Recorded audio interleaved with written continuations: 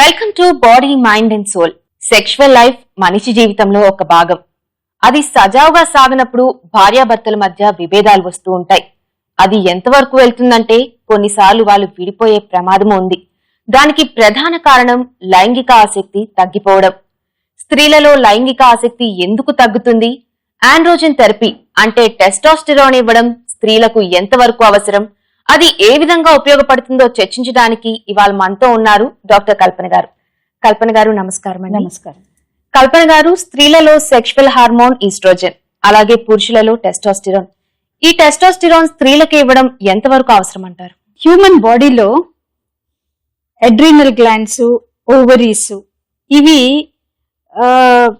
DHEA అనేది produce చేస్తుంది. DHEA అంటే డైహైడ్రో ఎపి ఆండ్రోస్టెరాన్ అంటాం. ఈ డైహైడ్రో ఎపి ఆండ్రోస్టెరాన్ అనేది అది కన్వర్ట్ అయ్యి టెస్టోస్టెరాన్ ఫామ్ అవుతుంది. ఇది రీప్రొడక్టివ్ ఇయర్స్ లో ఏమవుతుందంటే, అంటే between the ages of 16 to about 40 years, 40-45 ఆ రీప్రొడక్టివ్ ఇయర్స్ లో ఇవన్నీ ఓవరీస్ లో అంత ప్రొడ్యూస్ అవుతూనే ఉంటుంది. టెస్టోస్టెరాన్ ప్రొడ్యూస్ అవుతుంది, ఈస్ట్రోజన్ ప్రొడ్యూస్ అవుతుంది.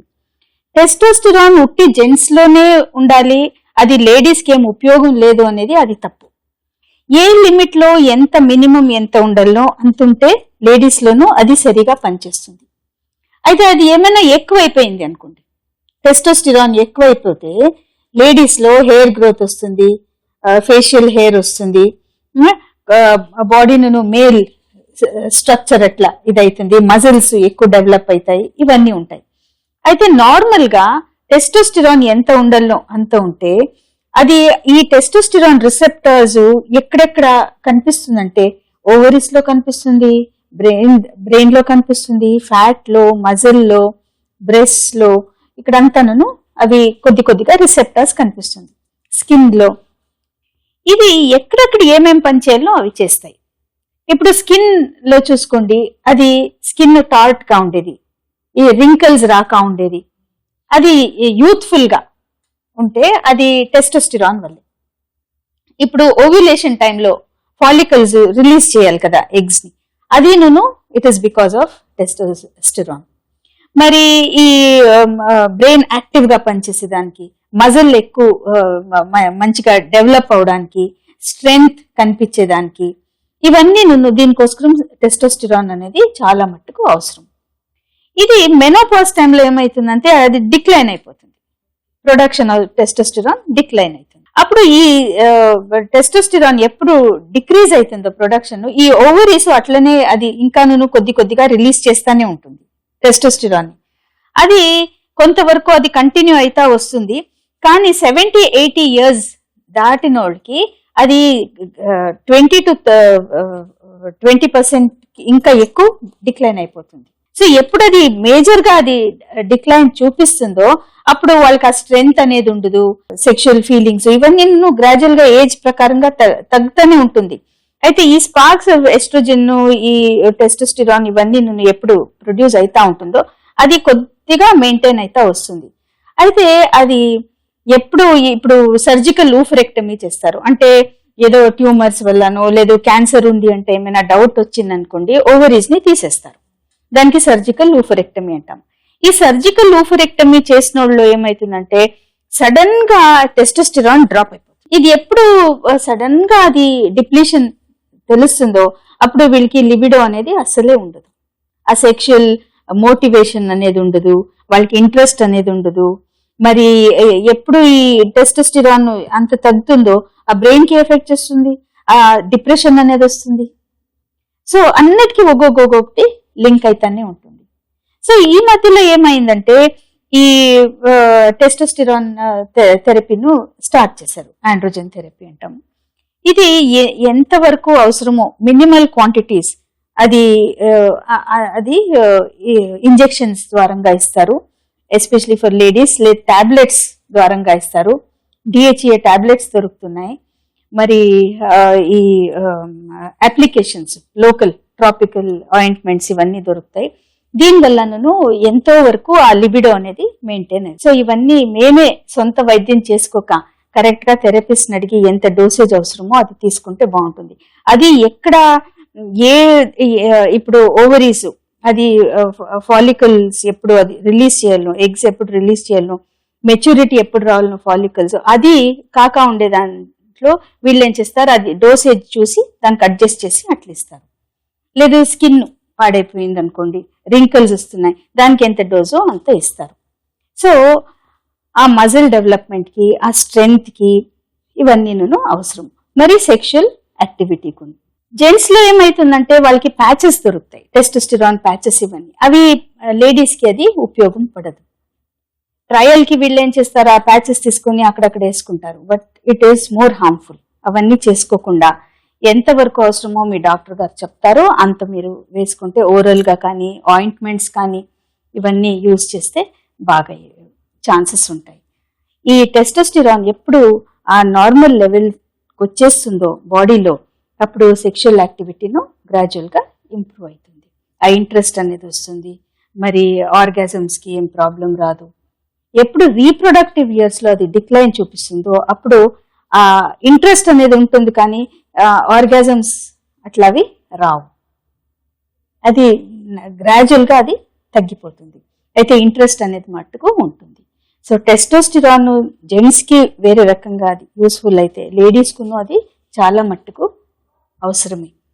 సో అవి హార్మోన్స్ ఎప్పుడు బ్యాలెన్స్డ్ గా ఉండాలి, ఈస్ట్రోజన్ కానీ టెస్టోస్టెరాన్ కానీ ప్రొజెస్ట్రాన్ కానీ ఇవన్నీ ఎంత లిమిట్ గా ఉండాలో అంతవరకు ఆప్టిమం లెవెల్లో ఉంటే ఎప్పుడు బాగుంటుంది. ఎక్కువ తక్కువైతే ఇంబ్యాలెన్స్ అవుతుంది.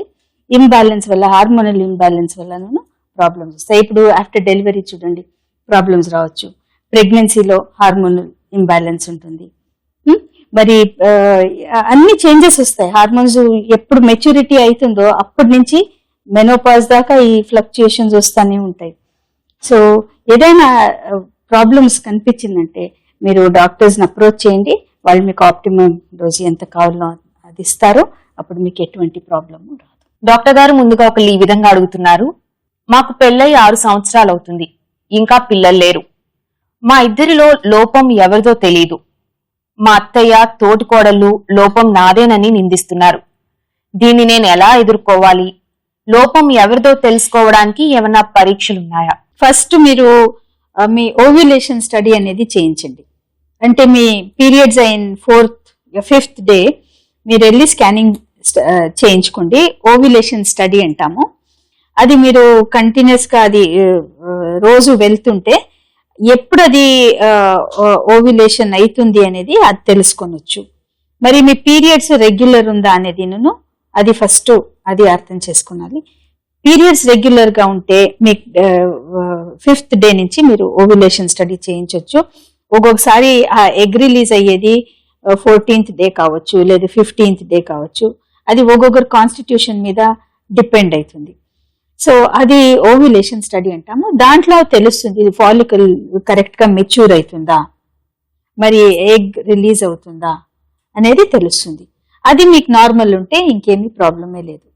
మీ హస్బెండ్ కి అయితే స్పర్మ్ కౌంట్ అనేది చేయించండి. అంటే స్పర్మ్ కౌంట్ చేయించాలా అంటే సీమన్ అనాలిసిస్ చేయించాలి. సీమన్ అక్కడే ల్యాబ్కి వెళ్ళి అక్కడ ఎక్స్ప్రెస్ చేసి ఇవ్వచ్చు, లేకుంటే మీరు ఇంట్లోనే కలెక్ట్ చేసుకుని 15 minutes లోపల మీరు ల్యాబ్కి వెళ్ళి ఆ శాంపుల్ ఇస్తే వాళ్ళు టెస్ట్ చేసి సీమన్ కౌంట్, స్పర్మ్ కౌంట్ ఎంత ఉంది అనేది చెప్తారు. అయితే ఈ టెస్ట్ చేయించడానికి ముందు కొన్ని జాగ్రత్తలు పడాలి. 4 days అబ్స్టినెన్స్ ఉండాలి. అంటే సెక్షువల్ గా ఏం పార్టిసిపేట్ చేయరాదు, మాస్టర్బేషన్ అట్లా అది ఏమీ ఉండరాదు. అది ఏమీ కాక ఉంటే అప్పుడు మీకు ఆ స్పర్మ్ కౌంట్ అనేది కరెక్ట్ గా కౌంట్ దొరుకుతుంది. అది మీరు ఏమైనా మాస్టర్బేట్ చేసుకుని, లేదు ప్రీవియస్ డే ఏదైనా సెక్షువల్ యాక్టివిటీ ఇలాంటి ఏదైనా పెట్టుకుని ఉంటే అప్పుడు కౌంట్ లో వేరియేషన్ ఉంటుంది. సో 4 days అట్లా అబ్స్టినెన్స్, 3-4 days అబ్స్టినెన్స్ పెట్టి మరి వెళ్ళి ల్యాబ్కి వెళ్ళి 15 minutes లోపల వాళ్ళు అనలైజ్ చేస్తారు. మీరు అది ఇచ్చేయండి. అప్పుడు అనాలిసిస్ రిపోర్ట్ చూసి ఎవరిలో లోపం ఉంది అనేది తెలిసిపోతుంది. మరొకరు ఈ విధంగా అడుగుతున్నారు, నాకు డిప్రెషన్ సమస్య ఉంది, దానికోసం మందులు కూడా వాడుతున్నాను.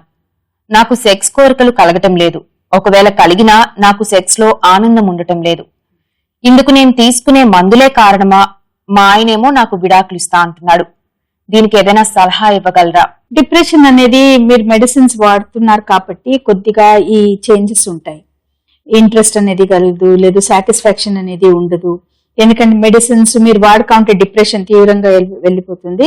మీరు మెడిసిన్స్ వాడితే ఈ ప్రాబ్లం కొద్దిగా కనిపిస్తుంది, లిబిడో తగ్గిపోతుంది. అయితే గ్రాడ్యువల్ గా మీకు ఎప్పుడు స్టెబిలిటీ అనేది వస్తుందో అప్పుడు మీ డాక్టర్ గారే డిప్రెషన్ మెడిసిన్స్, యాంటీ డిప్రెసెంట్స్ తగ్గిస్తే ఈ నార్మల్ గా ఇవన్నీ సరిపోతాయి. సో ఇవి విడాకుల వరకు వెళ్ళే అవసరమే లేదు. మీ హస్బెండ్ కి కౌన్సిలింగ్ చాలా మట్టుగా అవసరము. దయచేసి మీ హస్బెండ్ ని పంపియండి.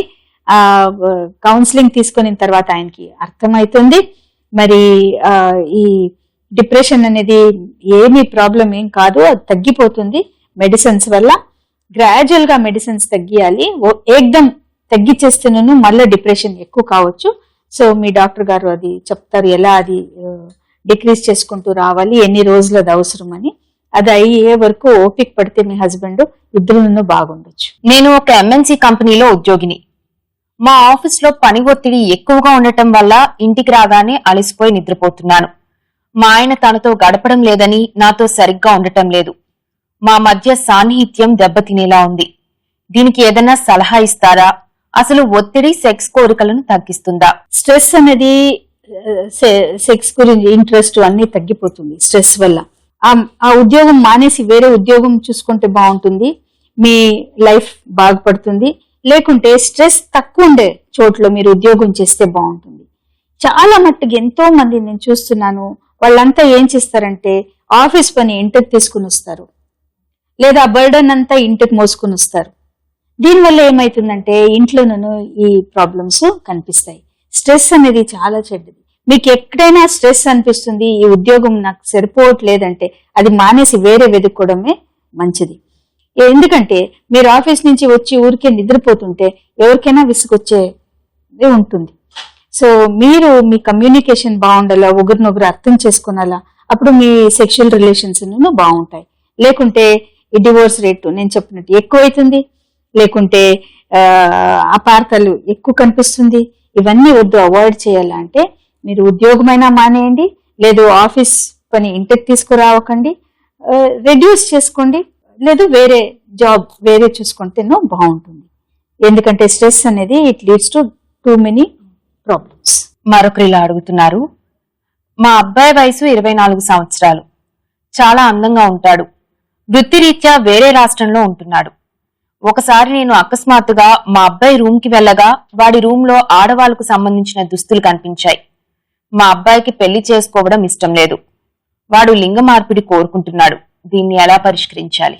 ఈ ట్రాన్సెక్షువల్ బిహేవియర్ అనేది ఈ మధ్యలో చాలా కనిపిస్తున్నాయి. వాళ్ళు జెంట్స్ అయితేనో ఆడవాళ్ళు బట్టలు వేసుకునే దానికి ఇష్టపడతారు. మరి వాళ్ళు ఎట్లా ఉంటారంటే ఆ మైండ్ టోటల్ గా కన్ఫ్యూజ్ స్టేట్ లో ఉంటుంది. వాళ్ళకి ఒక్కొక్కసారి అనిపిస్తుంది మ్యారేజ్ చేసుకున్నలా అనిపిస్తుంది, ఒక్కొక్కసారి మ్యారేజ్ వద్దు అనిపిస్తుంది. మేము జెంట్స్ తో మంచిగా మాట్లాడుతుంటాము, మేము మంచిగా ఉంటాము, అయితే మేము ఆడవాళ్ళు బట్టలు వేసుకుంటాము, నా బిహేవియర్ లేడీస్ లెక్కనే ఉండాలా అంట ఆలోచన చేసుకుంటారు. ఇది ఈ స్టేట్ ఆఫ్ కన్ఫ్యూజన్ ఉంది కదా, అది చాలా మటుకు విపరీతంగా కనిపిస్తుంది ఈ నెగ్లెక్ట్ చేసేస్తే. నాకు కేస్ స్టడీ గుర్తొస్తుంది, సిమిలర్ కేస్ స్టడీ. ఆయన ఆఫీస్కి వెళ్తే మంచిగా ఇది ప్యాంటు షర్ట్ వేసుకొని వెళ్తాడు, మంచి ఉద్యోగం. అయితే ఇంటికి రాగానే అన్ని లేడీస్ క్లోత్స్ ఉన్నాయి, అన్ని మంచి మంచి షాప్స్కి వెళ్ళి అవన్నీ కొనేసి అది వేసుకుంటాడు. ఆ మేకప్ అంతా లేడీస్ లెక్క తయారవుతాడు. ఆయనకైతే మ్యారేజ్ చేసుకునేలా అంటే ఇంట్రెస్టే లేదు. వీడు ఒకే కొడుకే. అయితే వాళ్ళ ఫాదర్కి తెలియదు, మదర్కి అన్నీ తెలుసు. అయితే ఇది ఎంకరేజ్ చేసేది కష్టము. ఎవరికైనా కానీ తల్లికి ఉంటుంది కదా, మా అబ్బాయి మంచిగా మ్యారేజ్ చేసుకోవాలి, మంచిగా ఉండాలి అనేది. అది వీళ్ళు ఎట్లా ఉంటుందంటే కన్ఫ్యూజ్డ్ స్టేట్ లో ఉంటారు. వాళ్ళకి ఒక్కొక్కసారి ఎంత కోపం వస్తుందంటే వాళ్ళు ఏం డిసిషన్ తీసుకోలేరు. మేము ఇట్లనే కంటిన్యూ కావాలనా, లేదు మేము ఇంకేదైనా సెక్స్ చేంజ్ చేసుకుంటే బాగుంటుందా. ఈ సెక్స్ చేంజ్ ఇప్పుడు ఈ అబ్బాయి అడిగినట్టు మేము ఇప్పుడు చూడండి, ఏదైనా ఆయన్ని సెక్స్ చేంజ్ ఇమ్మీడియట్ గా అది ఎవరు ఒప్పుకోరు చేయడానికి. కౌన్సిలింగ్ సెషన్స్ కి వెళ్ళాలి, వాళ్ళది పర్సనాలిటీ ప్రొఫైలింగ్ చేయించాలి. వీళ్ళకి నిజంగా లేడీస్ లెక్క వీళ్ళు తయారయ్యేదానికి ఉందా, లేకుంటే వీళ్ళు అనవసరంగా అట్లా ఆలోచన చేసుకుంటున్నారా, వీళ్ళు ఫ్యాంటసీ వరల్డ్ కి వెళ్ళిపోతున్నారా అనేది అన్ని నేను ప్రొఫైలింగ్ లో మాకు తెలిసిపోతుంది. ఆ పర్సనాలిటీ ప్రొఫైలింగ్ ఎప్పుడు సైకాలజిస్ట్ రిపోర్ట్ ఇస్తారో దాన్ని బట్టి కౌన్సిలింగ్, వాళ్ళకి ఎన్నో సెషన్స్ ఆఫ్ కౌన్సిలింగ్ వాళ్ళకి ఇచ్చి తర్వాత వాళ్ళని అడుగుతాము, మీకు ఇప్పుడు మీరు సెక్స్ చేంజ్ కి కోరుకుంటున్నారా అని.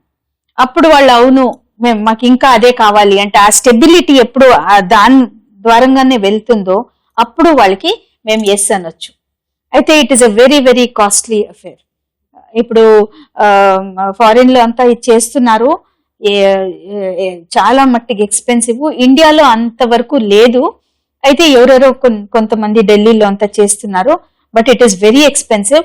అది అయిన తర్వాత కొంతవరకు ఒక 20% అనుకోండి, 10 to 20% వాళ్ళు తర్వాత ఆలోచన చేస్తారు, మేము ఎందుకైనా చేయించుకున్నాము, సెక్స్ చేంజ్ కి ఎందుకు వెళ్ళాము అని. అప్పుడు వాళ్ళకి ఆలోచన వస్తుంది.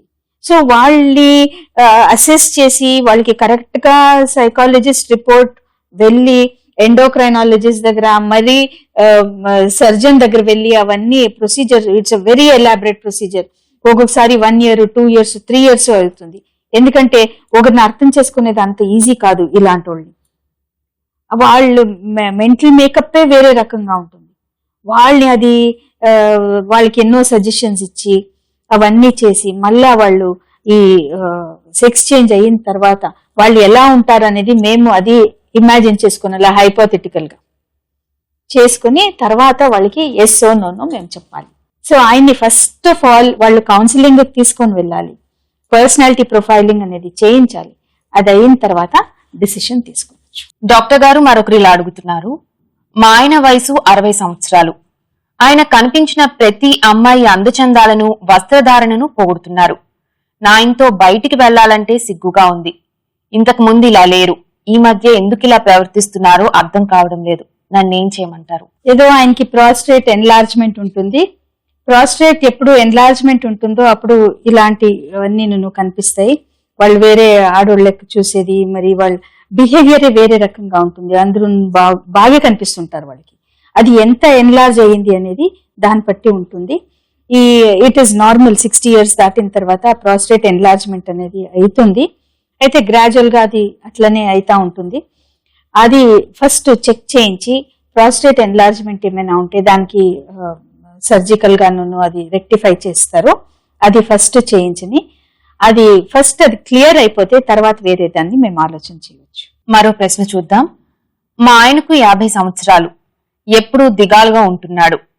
తను యుక్త వయసులో ఉన్నప్పుడు సెక్స్ లో పాల్గొనడానికి బాగా ఆసక్తి చూపించేవాడు. ఇప్పుడేమో అస్సలు ఒప్పుకోవడం లేదు. ఈ వయసులో ఇది సహజమేనా లేక వేరే ఏదైనా సమస్య ఉంది అంటారా? ఈ వయసులో ఇది సహజమే. ఎప్పుడు ఏజ్ ఎప్పుడు ఎక్కువైతే వస్తుందో ఈ సెక్స్ హార్మోన్స్ అనేది తగ్గిపోతుంది. తగ్గిపోయినప్పుడు లేడీస్ కి ఎలా ఈ మెనోపాజ్ అనేది వస్తుందో జెంట్స్ లోనూ ఆండ్రోపాజ్ అనేది వస్తుంది. సో బహుశా మీ హస్బెండ్ కి ఇదే ప్రాబ్లం కావచ్చు. అయితే మీరు భార్యగా మీరు కనుక్కొనొచ్చు ఎటువంటి ప్రాబ్లం ఉందా, లేదు స్ట్రెస్ రిలేటెడా, స్ట్రెస్ వల్లను కొంతవరకు ఈ ప్రాబ్లమ్స్ అన్ని వస్తాయి. ఆఫీస్ లో ఎక్కువ పని ఉందా, ఎక్కువ స్ట్రెస్ అనేది ఉందా, లేదా ఇంకేదైనా ఫైనాన్షియల్ బర్డన్ ఉందా, పిల్లల గురించి ఏదైనా ఆలోచన ఉందా, అందుకే ఈ ఆసక్తి తగ్గిందా అనేది అది ఫస్ట్ అనలైజ్ చేసుకోవాలి. వీళ్ళిద్దరూ మంచిగా మాట్లాడుకొని ఇంటరాక్ట్ అయ్యి కమ్యూనికేషన్ మంచిగా ఉంటే వీళ్ళ మధ్యలో వీళ్ళు కనుక్కొని దానికి పరిష్కారం చేయించుకోవచ్చు. సో అది ఏమి దానివల్ల కాదు, అన్ని స్టెబిలిటీ ఉంది, ఫైనాన్సెస్ కానీ పిల్లలు కానీ ఇవన్నీ అంటే ఆండ్రోపాజ్ అంతా మేము ఊహించుకోవచ్చు. ఆ ఆండ్రోపాజ్ గ్రాడ్యువల్ గా ఏజ్ పెరుగుతా ఉన్నట్టు ఇవన్నీ డిజైర్స్ అనేది తగ్గుతుంది. అయితే it is a natural thing. So ఏం వరీ చేసుకునే అవసరం లేదు. సో మీరు ఏజ్ అయితే మెనోపాజల్ స్టేజ్ లోనూ ఇట్లనే ప్రాబ్లమ్స్ కనిపిస్తాయి మీలోనూ. సో అంత ఏమి ప్రాబ్లం తర్వాత ఏమి ఉండదు. మీరు ఏం భయపడే అవసరం లేదు. దీనికి ఎక్స్ట్రా మెడిసిన్స్ కానీ ఇవి అవి ఏం అవసరం లేదు. కొన్ని రోజులు అట్లనే వదిలేయండి. ఆ డిప్రెసివ్ ఫేస్ వస్తూ ఉంటుంది, పోతా ఉంటుంది ఆండ్రోపాజ్ లోను, తర్వాత సరిపోతుంది. ఇంకొకరు ఈ విధంగా అడుగుతున్నారు, నేను ప్రస్తుతం గర్భవతిని, నాకు 3వ నెల. ఆయనేమో సెక్స్ చేయమని ఒత్తిడి చేస్తున్నారు. ఈ సమయంలో ఆయనతో సెక్స్ చేయడానికి నాకు భయంగా ఉంది. ఇప్పుడు చేయడం ఏమైనా ప్రమాదకరమా? అది మీ కాన్స్టిట్యూషన్ మీద డిపెండ్ అవుతుంది. మీది నార్మల్ ప్రెగ్నెన్సీనా లేదు హై రిస్క్ ప్రెగ్నెన్సీనా అనేది మీరు చెప్పలేదు. ఇది అసిస్టెడ్ ప్రెగ్నెన్సీస్ లో అంతాను అప్పుడు కలుసుకుంటే ప్రాబ్లం వచ్చే ఛాన్సెస్ ఉంటుంది. అయితే నార్మల్ గా ప్రెగ్నెన్సీ అయ్యి అట్లుంటే ఏమీ ప్రాబ్లం అనేది ఉండదు. సో మీ గైనకాలజిస్ట్ ని మీరు అప్రోచ్ చేసి వాళ్ళని అడిగి వాళ్ళ సలహా తీసుకోండి. అయితే నార్మల్ గా ప్రెగ్నెన్సీలో మీరు కలుసుకుంటేనూ ఎటువంటి ప్రాబ్లం ఉండదు, అన్లెస్ అంటే ఇట్స్ హై రిస్క్ ప్రెగ్నెన్సీ. లేదు అసిస్టెడ్ ప్రెగ్నెన్సీస్ లోనూ ఎక్కువ హార్మోన్స్ అది ఇది ఇయ్యాల్సి వస్తుంది, మళ్ళా అది అసిస్టెడ్ ప్రెగ్నెన్సీ కదా, దాంట్లో ప్రాబ్లమ్స్ వచ్చే ఛాన్సెస్ ఉంటుంది. ఒకసారి స్కాన్ చేయించుకోండి, తెలిసిపోతుంది. మరి మీ గైనకాలజిస్ట్ ఒపీనియన్ తీసుకోండి. అయితే మీరు ఇంటర్ కోర్స్ అవన్నీ చేస్తేనూ ఎటువంటి ప్రాబ్లమ్స్ రావు, 90% ఎటువంటి ప్రాబ్లమ్స్ రావు. మరో ప్రశ్న ఇలా ఉంది, నాకు పీసీఓడి సమస్య ఉంది. దానికి తోడు నేను చాలా లావుగా ఉంటాను. పెళ్ళై 3 సంవత్సరాలైనా నేను ఇంకా తల్లిని కాలేకపోతున్నాను. దీనికి ఏదైనా పరిష్కారం చూపించగలరా? పీసీఓడి సమస్యలు ఈ మధ్యలో చాలా ఎక్కువైంది. పీసీఓడి అంటే పాలిసిస్టిక్ ఓవేరియన్ డిసీజ్ అని. ఈ ఎవరెవరికి పాలిసిస్టిక్ ఓవేరియన్ డిసీజ్ ఉంటుందో వీళ్ళు ఈ లిబిడో అనేది చాలా మట్టుకు తక్కువే ఉంటుంది. మరి వీళ్ళు ప్రెగ్నెన్సీ అయ్యే ఛాన్సెస్ ఉండదు. ప్రెగ్నెన్సీ ఎప్పుడు కాదో వీళ్ళకి ఆ సెక్షువల్ ఇంట్రెస్ట్ అనేది తక్కువైపోతుంది. ఎందుకంటే వాళ్ళకి ఆసక్తి ఉంటుంది, వాళ్ళకి మదర్హుడ్ అనేది కావాలి అనేది. అయితే ప్రెగ్నెన్సీ వచ్చేది చాలా కష్టం వీళ్ళు. ఈమె అయితే ఇంకా ఒబీస్ గాను ఉంది కదా, అందుకే ఫస్ట్ ఈమె వెయిట్ తగ్గించుకోవాలి. వెయిట్ తగ్గించుకుంటే సెక్షువల్ గాను ఏమి ప్రాబ్లమ్స్ రావు ఇంటర్ కోర్స్ టైంలో. మరి అదొకటే కాకుండా ఎప్పుడు ఒబెసిటీ అనేది కొద్దిగా తగ్గుతుందో ఈ పీసీఓడి సిమ్టమ్స్ తక్కువైతాయి. మోస్ట్లీ వీళ్ళు యోగా ఇలాంటివి చేస్తే చాలు నార్మల్సీకి వచ్చే ఛాన్సెస్ ఉన్నాయి. మా ప్రేక్షకులు అడిగిన సందేహాలకు చాలా చక్కగా సమాధానం ఇచ్చినందుకు, అలాగే మీ విలువైన సమయాన్ని మా కోసం కేటాయించినందుకు ధన్యవాదాలు డాక్టర్ గారు. వెల్కమ్. మీకు లైంగికపరమైన సందేహాలు సమస్యలు ఏమన్నా ఉంటే మాకు ఈమెయిల్ చేయండి. మా ఈమెయిల్ ఐడి bms@etv.co.in. అలాగే మీ సందేహాలను మాకు ఉత్తరాల ద్వారా కూడా పంపొచ్చు. మా చిరునామా BMS ETV Live, Ramoji film city, Hyderabad 501512. వచ్చే ఎపిసోడ్ లో మరో ముఖ్యమైన అంశంతో మీ బాడీ మైండ్ అండ్ సోల్ లో మళ్ళీ కలుసుకుందాం. అంతవరకు సెలవు, నమస్కారం.